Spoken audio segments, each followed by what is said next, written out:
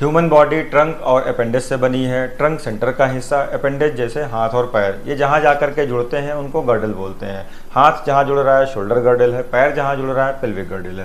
तो shoulder girdle पे आगे क्लेविकल, पीछे स्कैपुला और नीचे ह्यूमरस, ये तीनों हड्डियाँ मिल करके बॉल एंड सॉकेट जॉइंट बनाती हैं।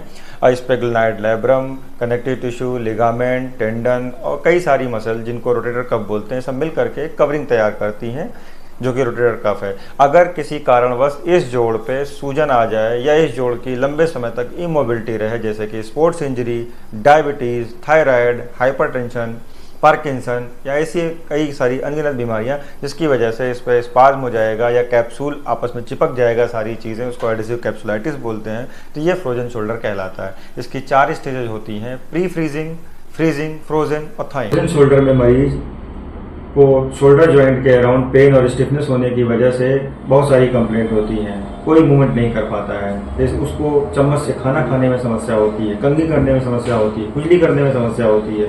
तो ऐसे स्टेज में मरीज का एक्सरे शोल्डर जॉइंट कराया जाता है। अगर वो नॉर्मल है तो फिर इनको 4 हफ्ते की मेडिकेशन दी जाती हैं। उन मेडिकेशन के साथ इनको डायबिटीज़, थायराइड या फिर कोई बीमारी पर जो कि फ्रोजन शोल्डर को प्रेसिपिटेट करती है उसको कंट्रोल करने और उसके साथ डाइट का रिस्ट्रिक्शन, अच्छी डाइट और उसके साथ एक्सरसाइज के लिए एडवाइस किया जाता है। इनसे अगर मरीज को राहत नहीं मिली तो इनको पेन मेडिसिन की बिना चीरा बिना टाँके की रेडियो फ्रिक्वेंसी विधि से इलाज करने की सलाह दी जाती है।